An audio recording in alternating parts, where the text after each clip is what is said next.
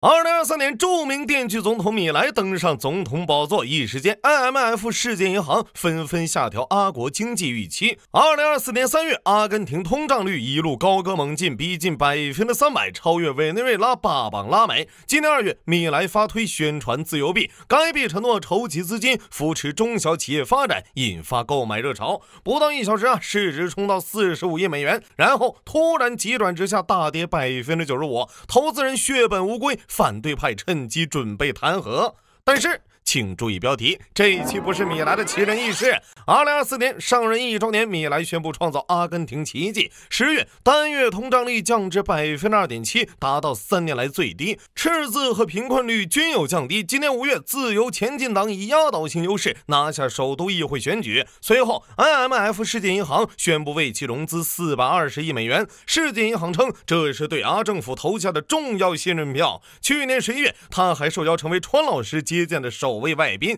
刚刚又不顾美国反对，与东大续签350亿货币互换协议。请问到底发生了什么？大家好，我是人在贵州的星辰。估计大家最近都刷到过不少类似阿根廷新闻越来越少，我就知道他成功了，私有化让阿根廷再次伟大，差点给我整笑了，求求了，尬吹摇讲基本法呀！现在问题来了，米统领上台2年半，传奇奈崩亡，阿根廷到底如何呢？这得看你说的是那个竞选时胡言乱语的疯子米莱，还是如今180度转弯，快进到准备跟巴西总统一样爱看国足的米莱。转发加点赞，这就是哈耶克听米莱说。提到阿根廷大家最先想到什么？足球、牛肉、国际驰名老赖，还是与带鹰互啄的马岛？去年咱们就聊过阿根廷，潘帕斯平原号称世界肉库粮仓，更觉得是这地儿还有不少金、银、铜、铁、油之类的土特产，有多土呢？阿根廷以探明锂矿储量1930万吨位居全球第3，页岩气、页岩油储量也不多，也就全球第2、第4而已，属于是文明6没吨到就得重开的天堂地皮，那他怎么还能玩崩呢？应该说，阿根廷历代先贤为此做出过卓越贡献，这其中有亲美拥抱新自由主义，大力私有化，强行将比索对美元汇率固定为1:1，创下近5000%通胀率。下台后因倒卖军火荣获小阿首位被刑事监禁总统，最后无罪释放，重新当选议员的梅内姆。还有反美主张国有化，铁腕干预市场，实施外汇管制，同时狂发福利，不小心把阿根廷变戴高乐的前总统夫人兼前总统克里斯蒂娜。小蹄子在他下台后被查出将国家工程转包亲友，被判监禁，但此时他当选副总统不用服刑，而调查贪腐的检察官则在出庭前1天离奇自杀。更经典的当属前总统马克里，这位阿根廷首富之子作为留美高材生，政策跟前任总统完全反着来，他主张减少政府干预，取消金融管制，为此还聘请了一支专业团队，前 IBM 高管马尔科拉担任外交部长，前西班牙城市商业银行行长出任央行行长，以及曾主营帮阿根廷企业逃税和资本外逃的摩根大通高管阿方索出任经济部长。牛逼吧？靠着借新钱还旧债，成功让阿根廷喜提第9次主权债务违约。再小提一嘴这位小马下台后因涉嫌洗钱、逃税和间谍活动被禁止离京，只能说在人均辈出的阿根廷政坛，挨个抓可能有无辜之辈，但是隔一个毙一个，绝对有漏网之鱼。一直到2023年，新闻密集报道的简中互联网3幻神之一格胜米莱上台，当时我就说过，即使夸张如电锯总统米莱，放在阿根廷也再正常不过了。什么休克疗法，人阿根廷又不是没干过，最终还不是数十年如一日的一直哭泣，还能怎样呢？咱再复习一下米莱竞选时的执政纲领：政府大裁员，炸掉央行，器官交易合法，上台立即与中国和巴西断交，绝不会拿道德交换金钱。刚一上台，米兰也算说到做到，将比索对美元直接贬值54%，砍福利、砍教育、砍穷人救济金，还解雇了超3万公务员。但前一秒还得高呼自由万岁，后一秒就被现实给了个大逼兜。面对这套组合拳，本就风雨飘摇的阿根廷，在米莱上任100天之间计，贫困率从2023年的40%左右跃升至53%，创下20年最高纪录，还闹出10万人上街大游行的好局面，那种勃勃生机、万物竞发的场面又在眼前。弹幕里的吴彦祖要问了，为啥呢？很简单，搞休克疗法的国家很多，无非是货币贬值、紧缩财政、放开外汇，但结果嘛，不能说天差地别，只能说大相径庭。修成功就是90年代顺利转型的波兰，修失败那就是一夜间 GDP 缩水一半，至今还半死不活的俄罗斯。朋友搞搞清楚重点，休克疗法的重点不在休克，而是治疗啊。医学上叫有人垫一下帮你心肺复苏，现实中就是有大哥愿意拉你一把给你借钱。那怎么找大哥呢？答：请神呢。请神呢？日落西山黑了天，那个家家户户把门关。我米莱总统刚当上，这个人心惶惶民不安，这个失业涨，这个物价翻，游行一天换了3班。大神庙起神台，叫一声上帝怎么办呢？哎嗨哎嗨哟！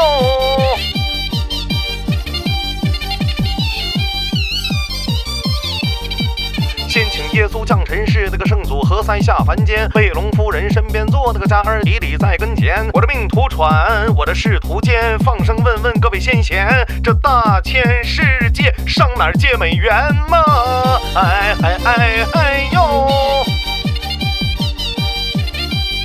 好消息是，米莱也请了。早在2024年2月，当时的川普面临性侵、干扰选举、妨碍司法等34项重罪指控，还翻出早年与色情明星互动后给封口费，让人悄悄的打枪，仅存的不要。甚至在川普筹备大选期间这位小姐被带到法庭绘声绘色分享两人互动细节，让川老师面子里子丢了个精光。当时没人觉得他的王者归来，而米莱却不远万里亲赴马里兰为川普竞选站台，一边高呼 MAGA， 一边热情熊抱，希望下次见您时你已经再次成为美国总统。要知道川老师很吃这套的毕竟现在库克进白宫都得送玉佛金座，老黄也学会站着敬酒了，这是什么呀？这是总统原始股啊！而就在跟川老师见面前一天，这位阿根廷 MAGA 又毫不 MAGA 的与川普的老对头美国国务卿布林肯会晤，两人相谈甚欢。布林肯还称赞米莱稳定经济的努力至关重要，总结就是我的身体虽然是川普的，但心在拜登这儿啊！毕竟当时阿根廷欠 IMF 400多亿，急需 IMF 最大股东美国出面支持借更多钱。不仅如此，就在米莱狂砍政府开支的关口，阿根廷斥资3.2亿美元从丹麦采购了24架二手美制 F-16，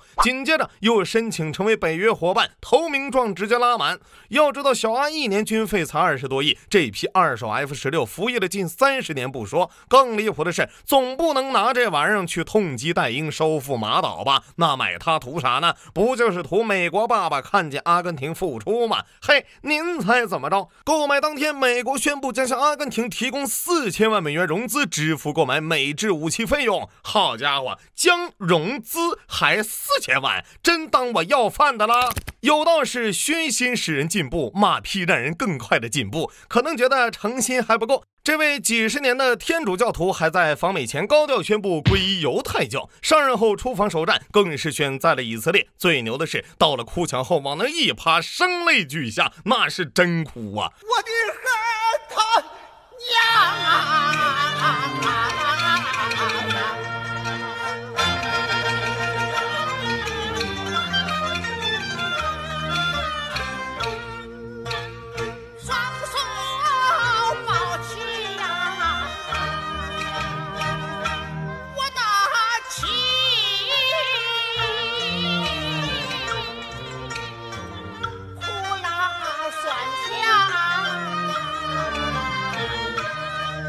怎么说呢，在我们那嘎达，一般这么卖力气的完事儿，主家都得多给2条烟。哭完还宣布要优先发展与西方，尤其是美国以色列的关系。后面的事儿大家都知道了。米统领当选后的4个月里3次访问美国，连稀松一面都没见上。 IMF 借款更是一拖再拖，2024年2月才批准从6年前暂停的救助计划中拨出47亿美元贷款。但别高兴得太早，其中27亿作为本金和利息原地币还给了 IMF。 另外 IMF 贴心的帮小阿还了欠拉美开发银行的 9.6 亿，剩余的钱用来支付4月到期债务。总之想要现金到账那是门儿也没有啊。送别了米莱之后，老美的借款依然纹丝不动，这就是成语别来无恙的来源。2024年10月，忍无可忍的米莱当面指责美国驻阿大使，我上任以来一直等待美国协助阿根廷与 IMF 谈判，但至今毫无进展。啥中国威胁，求求你别提了。昨天我跟中国大使开了个会，第2天他就解决了货币互换问题，这一下彻底没法聊了。好不容易等到董王胜选上台，两人又搂又抱，但众所周知，川普是个生意人，相信董王愿意让利，不如相信三上老师还有初吻。川普第一把火是对全球钢铁铝加25%关税，而阿根廷是南美主要钢铁出口国之一，啥对等关税？好说咱们是挚爱亲朋，阶级同胞，就收你10%吧，这对正在休克的阿根廷来说实属当头一棒啊！咋办呢？于是米莱望向至圣先师哈耶克，痛定思痛，阿根廷特色自由主义启动。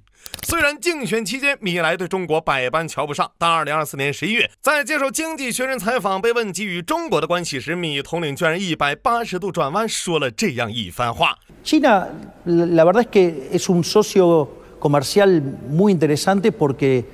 ellos no exigen nada, lo único que piden es que no los molesten。最后他说，贸易不是政府在做，而是人民在做，人民可以自由的与其他人做生意。为啥会这样？因为2024年4月，东大同意续签了原定6月到期的350亿人民币的本币互换协议，相当于给了笔短期无息贷款，奶了阿根廷一口。而据美联社的说法，使用人民币而非美元支付，为阿根廷日益枯竭的外汇储备提供了喘息空间，支撑了正在动荡的比索，也有助于危机中的阿根廷企业支付购买中国进口商品。其实米莱的逻辑很简单，你给我钱，我认你当爹，你没钱给我，还管你叫个屁爹，我缺父爱吗？别看他口头上是激进派，行动上比谁都要务实，说好上任就关央行。等到2024年被问起时，米莱表示，哎呀，我们没有时间，我一直说这需要4年，而我执政才1年。小提一嘴，阿根廷总统任期也是4年。至于上台立即与巴西和东大断交，整个2024年阿根廷不仅与巴西贸易额再创新高，更是哐哐往东大卖牛肉。由于物美价廉，中国一跃成了阿根廷牛肉最大海外市场。而另一边，中国第一大牛肉进口国还是巴西，阿根廷牛肉还只占中国进口总量约20%，小阿进步空间巨大呀。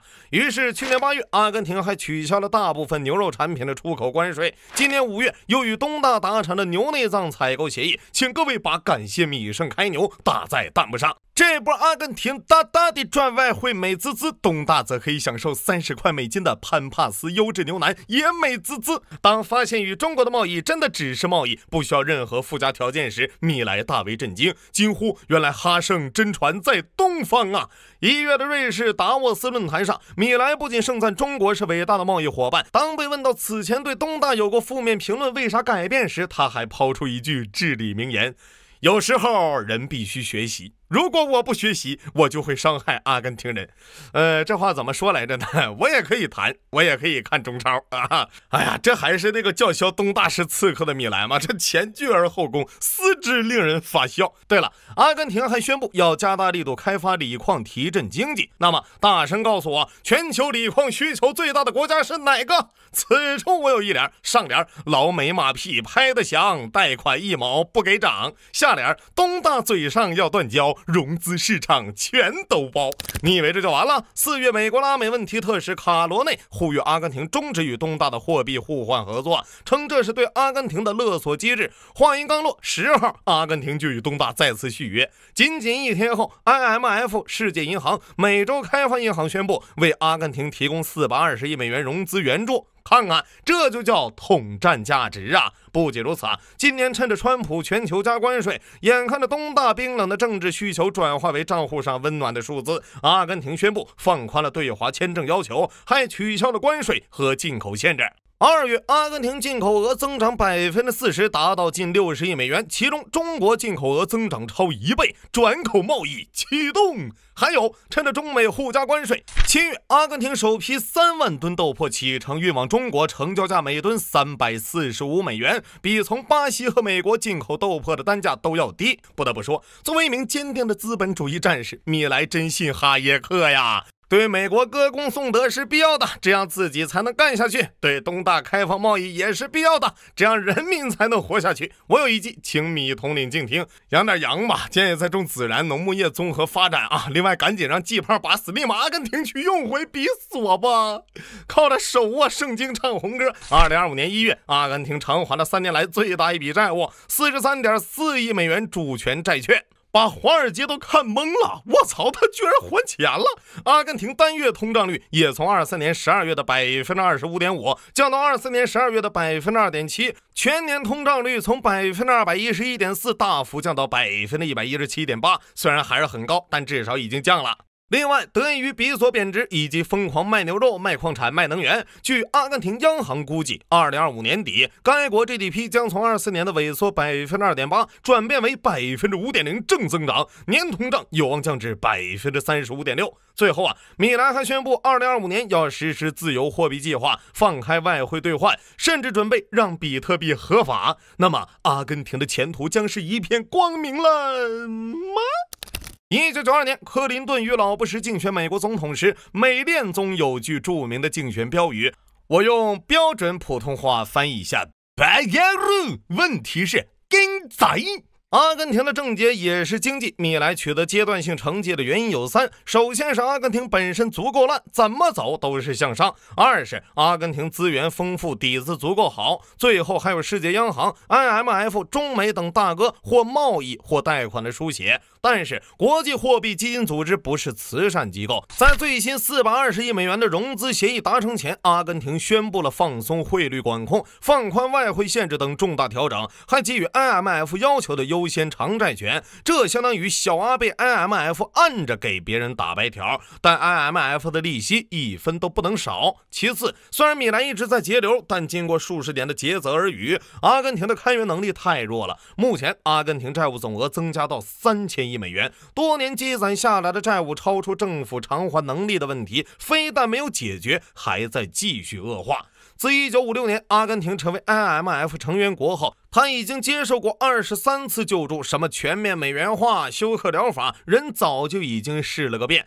米莱能做的也只有卖国卖个好价格。如阿根廷的土地法规定，外资所有权上限不得超过15%，在他上台后颁布紧急法令废除了。目前阿根廷最大土地所有者分别是意大利贝纳通集团、美国黑石集团，还有瑞士、中国、智利的公司。等到资源土地都卖完，卖无可卖的阿根廷又该如何？最后也是最重要的，米莱的实验本质上就是用经济衰退和民生痛苦为燃料，去扑灭通胀大火的豪赌。目前来看，火势稍微控制住，但里面的人也被呛得半死。据联合国儿童基金会统计，阿根廷有近70%儿童在贫困中长大，每天有100万男童女童饿着肚子睡觉，失业率、极端贫困人数都在增加。这又导致了另一个严重问题，阿根廷的票选政治注定执政者必须讨好百姓拉票，如往届全盘推翻梅内姆的基什内尔政府，还有全盘推翻克里斯蒂娜的马克里政府。